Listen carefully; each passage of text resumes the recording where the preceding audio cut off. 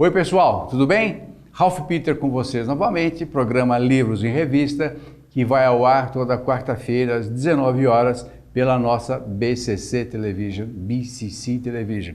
O programa Livros em Revista sempre tem o firme propósito de levar até vocês um bom entretenimento com um elevado grau de cultura, aliás, elevadíssimo grau de cultura que vai acontecer agora, nesse momento. Antes de passar para a professora Neida, eu quero agradecer os trabalhos exaustivos da Betânia, Luciana, Márcio, que sem eles nós não estaríamos aí penetrando, com ou sem licença, nas vossas ferramentas midiáticas.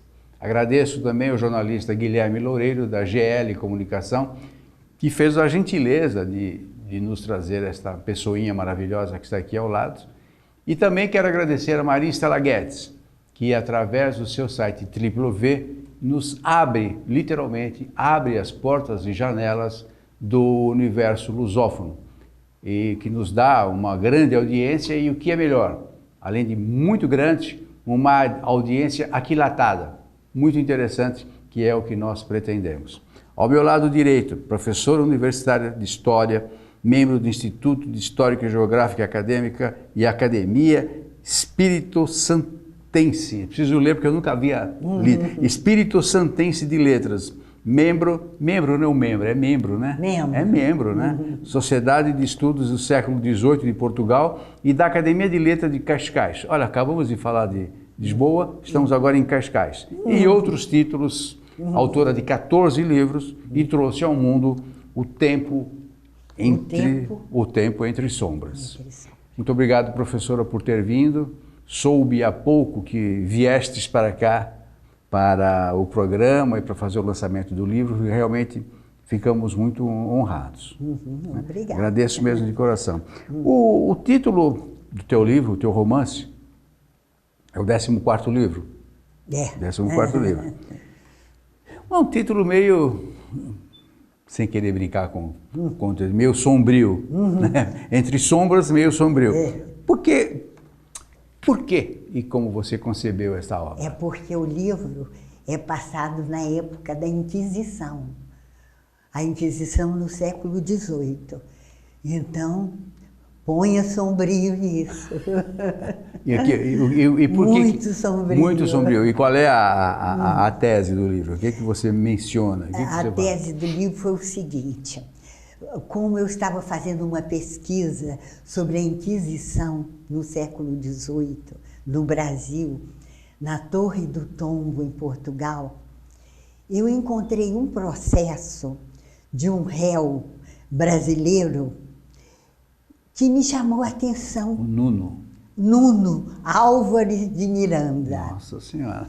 E esse processo me chamou a atenção pelas opiniões que ele dava. Ele foi preso, então o que ele dizia? Ele dizia, mas eu não fiz nada de mal. E depois ele dizia, inclusive o mal é muito relativo, porque o que é mal aqui, lá adiante, pode não ser mal, até bom. Então eu achei aquilo muito interessante e chamei a moça responsável, né, lá pelo arquivo, e disse a ela, escuta, eu estou interessada em fazer um trabalho histórico sobre esse personagem e gostaria que você me arranjasse mais elementos, porque estava... Para embasar melhor a história, lógico. Eu não poderia fazer um trabalho histórico sem estar embasada na documentação, né? Ela disse, mas é que hoje eu estou muito ocupada, a senhora volta daqui uns 2 dias, que eu prometo que a senhora vai ter tudo que a senhora precisa. Bom, voltei daí a 2 dias. Aí ela me disse, professora, não achei mais nada. Nossa. Só temos esse processo aqui, restrito, era mais sobre os bens deles que tinham sido confiscados, e ele disse, Aí eu fiquei com muita pena, fui para casa, mas com aquela ideia na cabeça. Que pessoa interessante aquele mundo. E como eu sou romancista, já tinha publicado outros romances, eu pensei, eu já sei, eu vou imaginar uma história para Nuno, mas baseada em todas as informações que eu estou tendo sobre a Inquisição, os sofrimentos, olha o título. Sim, claro. E então, foi dessa maneira que nasceu, então, o livro. E me fala uma... Mas essa não é a verdadeira história de Nuno, como eu já lhe expliquei. Mas você lastreou no fato verdadeiro. Mas lastreei, me baseei perfeito. naquela... Então, imaginei, mas também apoiada naquela documentação toda que eu estava estudando para fazer a palestra. Coincidência, então, uma bela não coincidência. É? E me fala uma coisa, quais eram as opiniões do Nuno que levaram-no à prisão? O que ele falava de tão diferente? Ele dizia que Deus para ele era o sol, que a natureza, a chuva que orvalhava o campo. Então, o padre da localidade achou aquilo muito estranho, disse, escuta uma coisa, você está colocando Deus de uma maneira como se fosse a natureza? Ele disse, sim, mas para mim Deus é a natureza. Ele dizia, né? Ele dizia, e aí, aonde está o Espírito de Deus? E ele continuava a dizer certas coisas da igreja. Dizia que não acreditava na virgindade de Virgem Maria. Isso apoiada em outros documentos que eu tinha lido de pessoas que tinham sido sacrificadas pela Inquisição. Então eu colocava como se fosse dentro da história de Nuno. Dentro do personagem e real. Dessa maneira, o padre da localidade, que era uma localidade do interior e tal, levou essas notícias, vamos dizer assim, de Nuno, que estava fazendo isso, e outra coisa, as pessoas estavam indo atrás dele, acreditando nas coisas Estava que ele virando dizia. um líder, estava virando um líder local. E padre não aceita. Ele não aceitava. Aliás, acho que até hoje não aceita. Eu acredito. Olha, tem muita coisa que se passou aí e que nós vemos hoje Só em dia. muda a data, né? É isso. Mas continua. E o endereço, né? Continua. Muito bem. Então, o Nuno foi chamado a Vitória, porque isso está passando no interior do Espírito Santo. Aí foi chamado a Vitória. Então, o padre, era outro padre, era o padre Paulo. O padre Paulo disse, escuta, você vem dizendo por aí tanta coisa, diz que não acredita na virgindade da Virgem Maria, diz que acha um absurdo a riqueza das igrejas, quanto os pobres estão por aí precisando de alimento, etc. E tal. E ele, então, petulante, respondeu que era mesmo, que ele achava assim mesmo, e etc. Bom, eu não vou contar o livro todo aqui, porque nós vamos ficar a tarde toda aqui contando o livro. Não precisa contar o livro todo, porque são quantas páginas? São 300 e tantas páginas? Ele então volta, mas continua. 420. Ele tinha um amigo, uma taberna do Josias, onde ele gostava de ir lá e dizer essas coisas todas que ele... Tipo discurso. Discurso. E havia um detalhe que eu ainda não expliquei, mas vou explicar agora. Por favor. Ele foi criado por um padrinho alfério judeu e que incutiu essas ideias na cabeça dele, parte dessas ideias, mais ele mesmo é que foi em busca, e também ensinou ele a ler, a escrever, a fazer conta. Então, quando ele voltou para a aldeia, para os pais, ele estava diferente das pessoas do local, que não sabiam ler, não sabiam escrever. Tinha evoluído, em resumo, ele tinha evoluído. Ele estava com outro nível, claro. Sabe? Então, isso também causava muita inveja na comunidade, quando ele começava a falar, dizer. Então, começavam os intrigantes também, iam contar tudo ao padre e etc. Bom, como eu já disse há pouco, não vou contar o livro todo. Mas está muito tempo, pode continuar a falar. Nós queremos ouvir. Ele acabou sendo levado para o Santo Ofício em Portugal.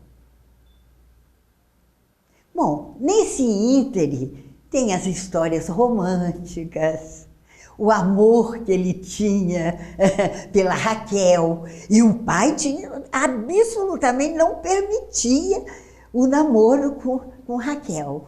Então tem os pensamentos dele, que modéstia à parte são muito bonitos, que ele pensa em Raquel, como ele gostaria de ter Raquel nos braços, e por aí vai. Sabe o que eu estou achando legal? Tá, olha que coisa boa. Não, eu tô achando Arranjei um leitor. Não, muito mais, eu posso te garantir, são alguns milhões. Mas deixa eu te falar um negócio.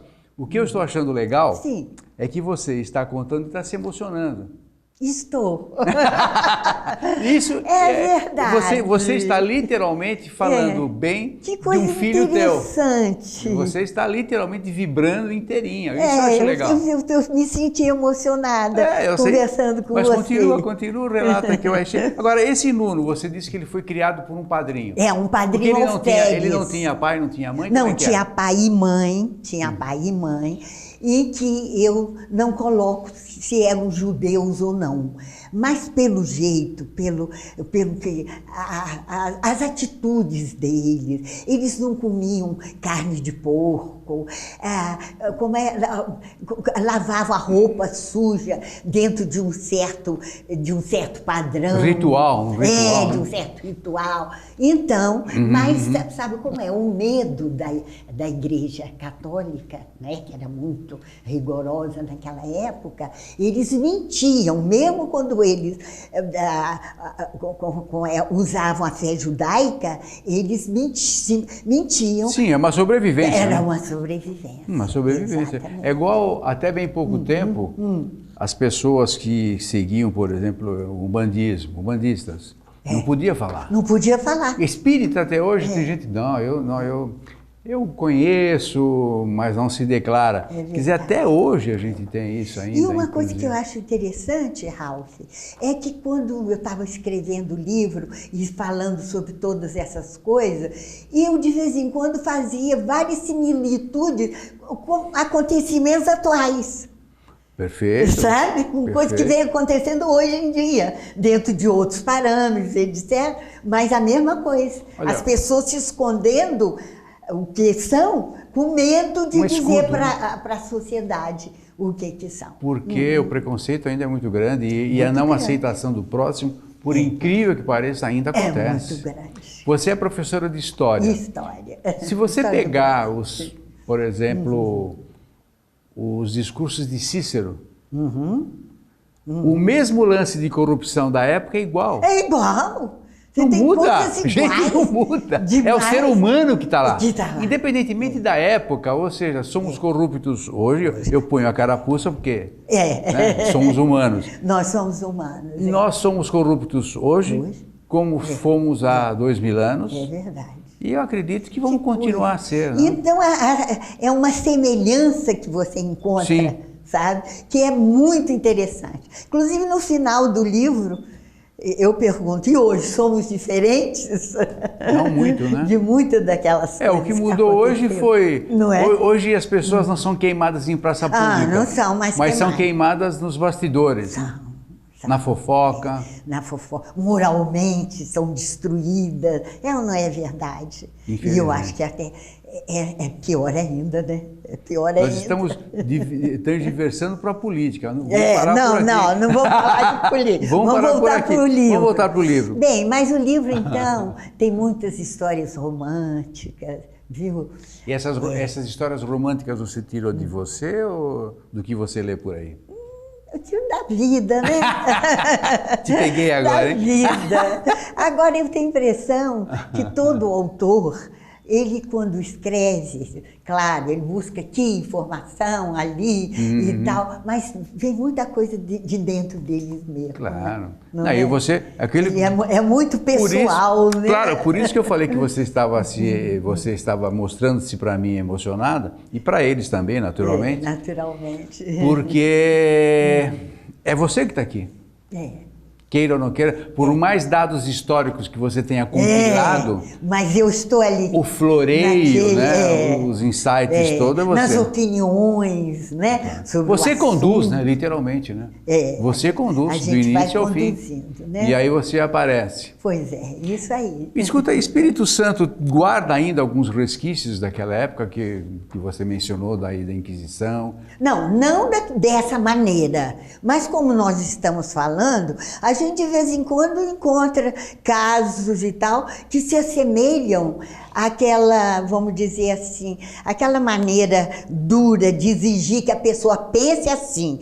Você tem que pensar assim, dessa Dogmático, maneira. dogmático. É assim, isso a gente ainda encontra muito. Ainda tem? Ainda hoje. Aqui em São Se Paulo bem que também. Se bem, bom, particularmente em São Paulo, pelo que eu vejo, o clero perdeu um pouquinho de força. Não, perdeu. Que o clero perdeu aquela força dessa época, sem dúvida nenhuma. Foram tantos desmandos, tanta gente que morreu em nome de Deus. E agora está morrendo de novo nos outros lugares. Né?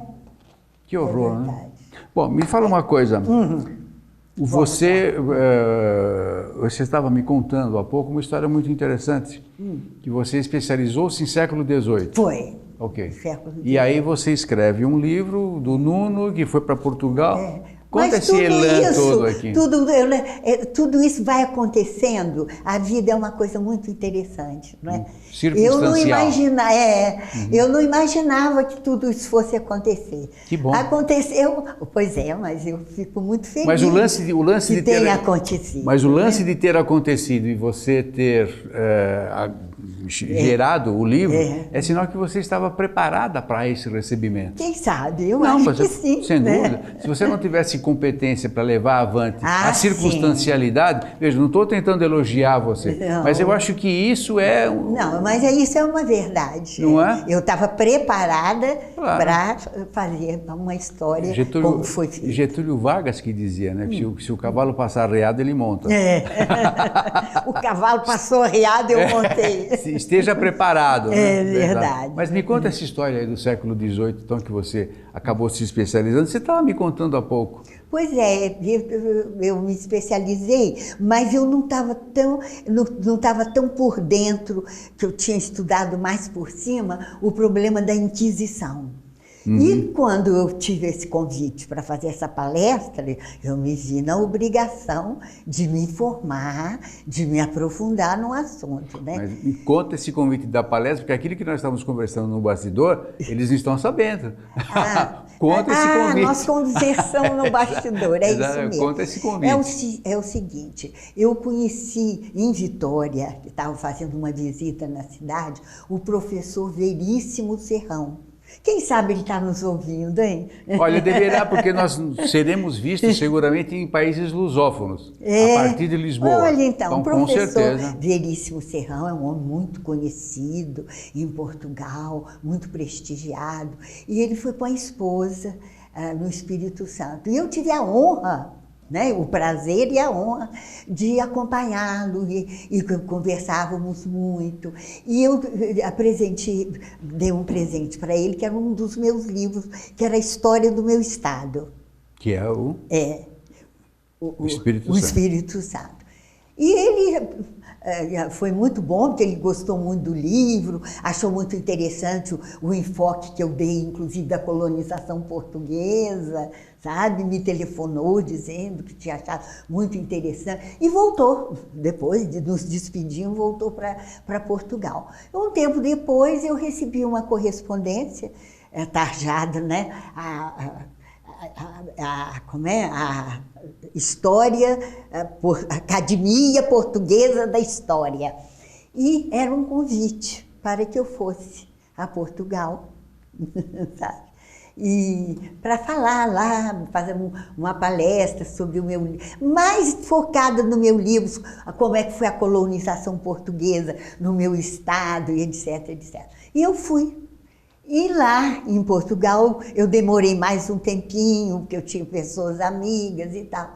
E ele então me telefonou dizendo que havia um congresso sobre a Inquisição no século XVIII e que gostaria muito que eu falasse alguma coisa sobre a Inquisição no Brasil no século XVIII.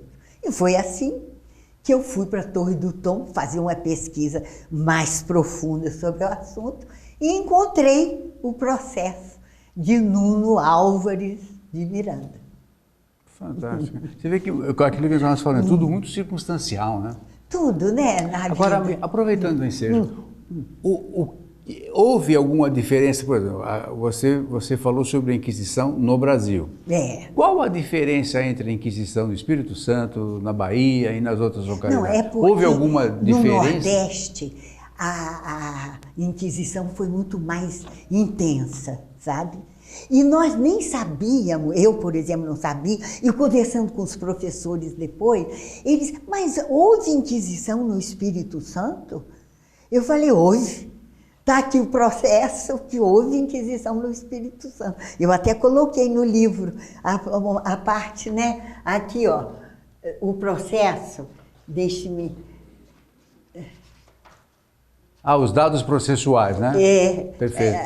Aqui, ó, termo de degredo, aqui o processo em que eu me baseei, não é? Para fazer a história. Uhum. Senhor documento, hein? O documento. Fantástico. Não, mas então... Na Torre do Tombo eu encontrei. E como eu lhe falei, eu não consegui mais, eu queria fazer um trabalho histórico, um trabalho sobre o Nuno, mas um trabalho histórico.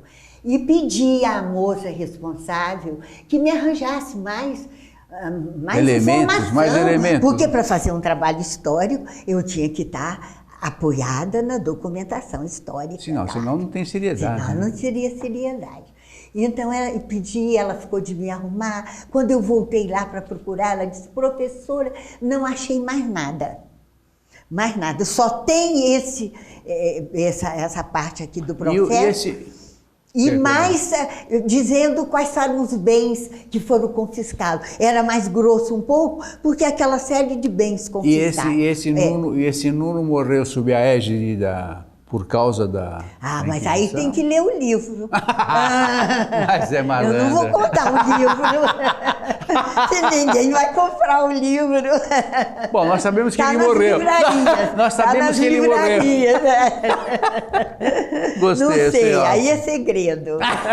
Não é degredo, não, é segredo. Segredo, Pessoal, acabou o tempo, menina.